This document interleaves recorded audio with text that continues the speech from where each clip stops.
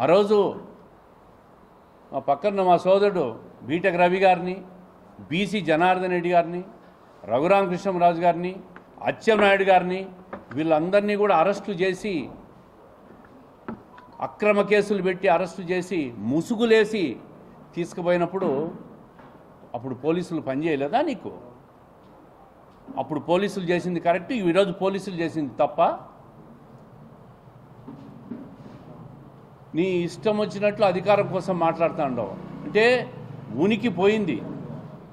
అరాచకం చేసి, అవినీతి చేసి, రాజ్యాంగాలను భ్రష్టు పట్టించి, వ్యవస్థలను నీరుగార్చి ఈరోజు 5 సంవత్సరాల తర్వాత 151 సీట్లు వచ్చిన పరిస్థితి నుంచి ఈరోజు 5 తీసి 2 ఒకట్లతో నువ్వు రాష్ట్ర ప్రజలు నిన్ను ఇంటికి పంపించిన పరిస్థితి చూస్తూ ఉంటే నీకు మతి భ్రమించిందో, ఫ్రస్ట్రేషన్లో ఉండావో, నీ మనసు ఏమైనా గాయమైపోయి మానసికంగా దెబ్బతిన్నావో అర్థం కాలేదు. కానీ ఉనికి కోసం మాట్లాడుతున్నట్టుంది. అసహించుకుంటా అంటారు నీ పార్టీ కార్యకర్తలే నిన్ను చూసి ఈరోజు పూర్తిగా నిన్ను చూసి అసహించుకుంటా అన్నారు. ఆ రోజు ప్రతిపక్షంలో మేము ఉన్నప్పుడు ఒక ధర్నా చేస్తే మా మీద కేసులు పెట్టారు. చంద్రబాబు నాయుడు గారిని బెయిల్ మీద విడుదలైతే ఒక కేక్ కట్ చేసుకుంటే రోడ్డు మీద మా మీద కేసులు పెట్టి ఈరోజు కోర్టులో తిరుగుతూ ఉన్నాం. నా మీద ఒక్క కేసు కూడా లేదు. మేము ప్రతిపక్షంలోకి వచ్చే రోజుకు 14 కేసులు పెట్టారు. మా మిసెస్ కడప ఎమ్మెల్యే గారి మీద 4 కేసులు పెట్టావు 6 నెలల్లో.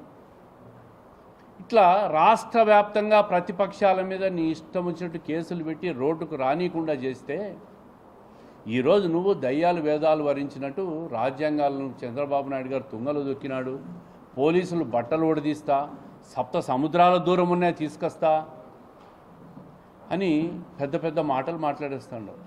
అసలు నీకు రాజ్యాంగం మీద, వ్యవస్థల మీద గౌరవం ఉందా అని అడుగుతూ ఉండ. నీ ఇష్టం వచ్చినట్లు నువ్వు మాట్లాడుకుంటూ పోతాడు.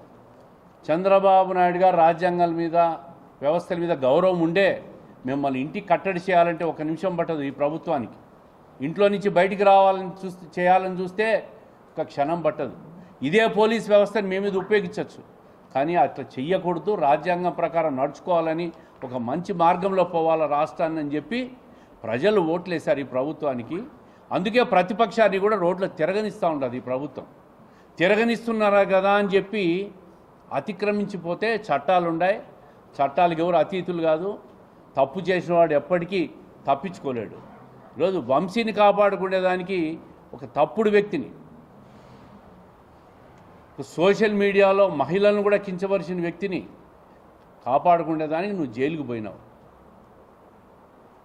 అంటే జైలుకి ఎవరు పోతే జైలు నాకు అలవాటు అయిపోయిందిలే, మీరు కూడా జైల్లో ఉండండి, మళ్ళీ అధికారంలోకి వచ్చేస్తామని చెప్పి ఒక భ్రమ కల్పిస్తూ ఉండవు. నీ పార్టీ నాయకులు, నీ పార్టీ కార్యకర్తలే కదా, రాష్ట్ర ప్రజలంతా నీ ప్రవర్తన చూసి 7 నెలలుగా అసహించుకునే రోజులు, పరిస్థితులు వచ్చినాయి. నిన్ను మళ్ళీ మళ్ళీ ఈ రాష్ట్రం అంగీకరించే పరిస్థితిలో లేదు. ప్రజా జీవితానికి జగన్ పనికిరాడనే విషయాన్ని ప్రజలు ధృవీకరించుకున్నారు.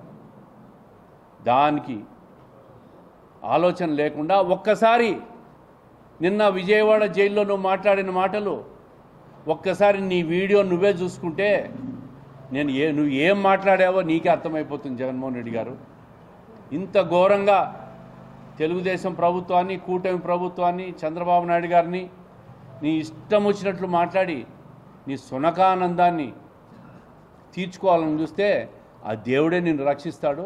రాష్ట్ర ప్రజలు, వైఎస్ఆర్ కాంగ్రెస్ పార్టీ కార్యకర్తలు కూడా నిన్ను అసహించుకుంటున్నారు నీ ప్రవర్తన చూసి. ఇది గుర్తుపెట్టుకో అని చెప్పి తెలియజేస్తూ ఉన్నాం.